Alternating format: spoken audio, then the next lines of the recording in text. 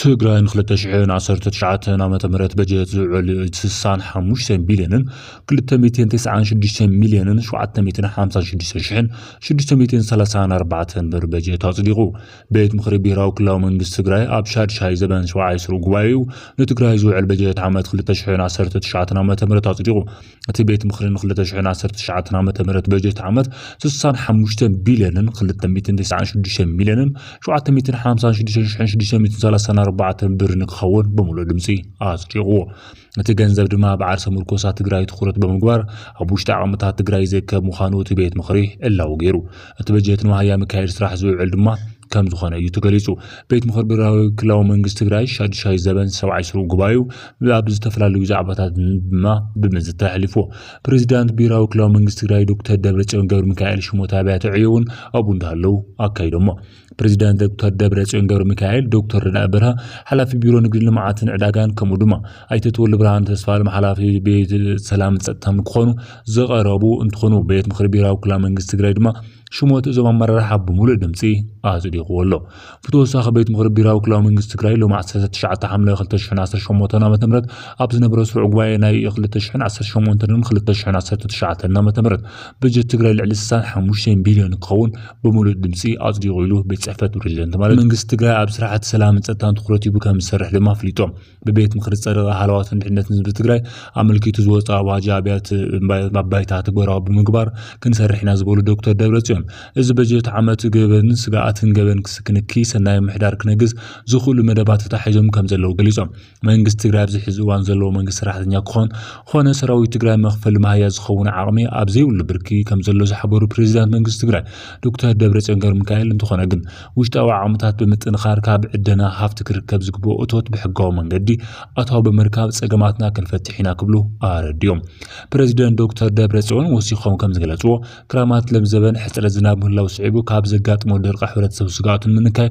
ንዑ ዝምጥን ቅድመ ምድላው ይጠልብ ኢሎም ፕሬዝዳንት መንግስቲ ትግራይ ዶክተር ደብረጽዮን ገብረ ሚካኤል ዘቀረበ ጸብጻብ ቀጻል አንፈት ስራሕ ፈጻሚት ብሔራዊ መንግስቲ ክልል ትግራይ አባላት ቤት ምክሪ መንግስቲ ትግራይ ሕቶ ሪቶን ተዋሂቦ ይተባይሉ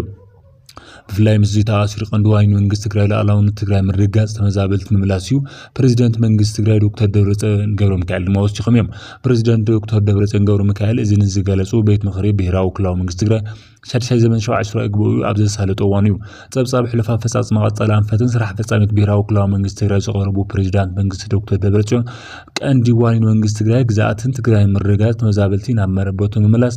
ድሕነት ህዝቢ ትግራይ ምርጋጽ ከም ዝኾነ ወሲኾም ገሊጾም ድሕሪ ጆኖሳይዳዊ ወራር ቁጠባ ትግራይ ኣዝዩ ከም ዝተሃስየን ኣብ ልዕሊ ድማ ናይ ህንጸትን ዳግመ ሕውየትን ስራሕቲ ዘይምስርሑ ስዒቡ ነቲ ኩነታት ከም ዘጋድዶ ኣብ ጸብጻቦም ኣቕሪቦም ሕገ መንግስታዊ ስርዓት ብምፍራስ ሓድነት ህዝቢ ትግራይ ብምዝራግ ዘድልዮ ንምፍጻም ስርዓት ብልጽግና ይሰርሕ ከም ዘሎ ዝገለጹ ዶክተር ደብረጽዮን እዚ ድማ ዘባቡ ፖለቲካዊ ጸገማት መፍታሕ ውሽጣዊ ተቃላዕነት ሓደጋ ኣብ ምእላይ ምስራሕ ከም ዘድሊ ሓቢሮም ኣብ ዘዋን ዘይ ትግራይ ብልሽዋ ኣሰራርሓ ጋዜና ዝተሰሓፈሉ ኩነታት ከም ዘሎ ዝገለጹ ፕሬዝዳንት ዶክተር ደብረጽዮን ነዚ ንምፍታሕ ድማ ብዕምቆት ምርመራ ብምክያድ ተሓታትነት ንምርጋጽ ከም ዘድልውን ተዛሪቦም እዮም ብስላይ ንዕና ኣጽኒቶም ክነብሩ ዝብህጉ ሓይልታት ህንጸት ቀቢርና ህላውና ንምሓስ ኩሎም ዓቕምታት መኸተ ምጥንኻር የድሊ ተገዳላይ ዮሃንስ ወልደ ጊዮርጊስ መዲድ ንዓና ኣጽኒቶም ክነብሩ ዝብህጉ ሓይልታት ህንጸት ቀቢርና ህላውና ንምሓስ ኩሎም ዓቕምታትና መኸተ ክነጠናኽር ይግባእ ኢሎም ኣዛዚ ሰራዊት ትግራይ ግንባር ደቡብ ተገዳላይ ዮሃንስ ወልደ ጊዮርጊስ መዲድ ኣብ ካብ 108 ጣብያታት ወረዳን ከተማታት ዝተዋጽኡ ኣካላት ኣመራርሓ ኣዘዝቲ ሰራዊት ትግራይን መዘዘሚ መድረኽ ዘበን ብሔራዊ ብርሰት ኣብ ዘሳልጠሉ እዩ ተገዳላይ ዮሃንስ ነዚ ዝገለጸ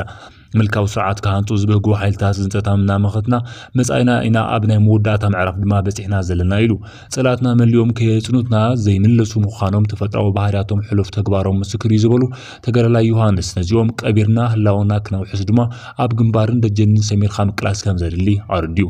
ኣብ መዳይ ፈጻጽማ መደብ መኸታ ምልክቱ ዝተዳለወ ሰነዳዊ ጽሑፍ ምይይጥ ዘቕረቡ ሓላፊ ቤት ጽሕፈት ውድብ ህዝባዊ ወያነ ሓርነት ትግራይ ዞባ ደቡብ ትግራይ ኣይተ ገብረ መድህን ስዩም ብግዲኦም መኸተና ብዓወት ንምዛም ዛጊድ ዕውት ስራሕቲ ሰሪሕና ኢና ሕዝኻ ዝያዳ ኣጠናኺርና ክንቁጽረሉ ይግባእ ኢሎም ፍላይ ከንቲባ ምምሕዳር ከተማ ኣላማጣ ኣይተ ሞገስ ሽፈራው ኣመሓዳሪ ወረዳ ራያ ኣላማጣ ኣይተ ዳንኤል ተኣምራትን መድረኽ ላውና መሰል ዓርሶ ውሳነ ንመረጋጋጽ ዘካየድና ቃልሲ ኣብ ሽጡ ንምጻሕ ብዑቕ ምድላው يقريتها بقع مدلاو ناقبرنا وسان مدرخ إيو إلى زوم زياتو مالتو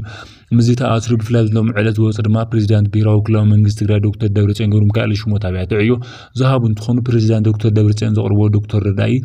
برها مالتو حلافي بيرو نقدر لمعات علاقان كم دوما يتطول بران تسفالم حلافي بيرو سلام ستان قونو زقربوا تخونوا بيت مخرب بيراو كلا منجست غير دماش وموت زوم مرارحة بمولد مسيات دي والله توصح بيت مخرب بيراو كلا منجست غير لو معتر تشعت حمل 15 شهر تامت مرتب نمرت رعبة ناخذ 15 شهر مونتن 15 شهر تامت مرتب بجي تغراي العلسان حموش بلين كون بمولد مساق ديغو إلو بيت صحفت بريزيدنت مالتيو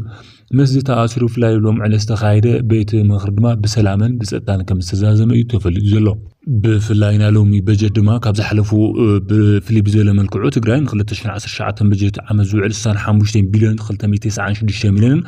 شوعة 256 سنة 4 بالمصداق ودما نبزحات ما أجرامات فوتير ويركب بيراوي كلاو من جسراي أبشر شاي زمن شوعة شروق باوي متجراي زوع البجت عمد خلتشين عسرت شعتني أزي تغلى سيدي أوزلو تبيت مخرج نخلتشين 10 شعات بجت عمد سنة حموش مليون خلت 296 مليون شوعة 256 سنة 4 برنكون بمولود مسيوم دما عسجقومو نتجنزب دما كاب عرس مركوسات تجراي تخرج بمجبر أبوش تعاملات تجراي زي كب مخانو تبيت مخري لو غيرو تبجت ما هي مكايد سراحن كم زوع الدمايو توسع حبريته زلو بيت مغربرا وكلاو منجست غير شاي زمن شو 10 غبايو دما ابستو فلالو زعبات بمزتاي دما لومي غبايو زازيمو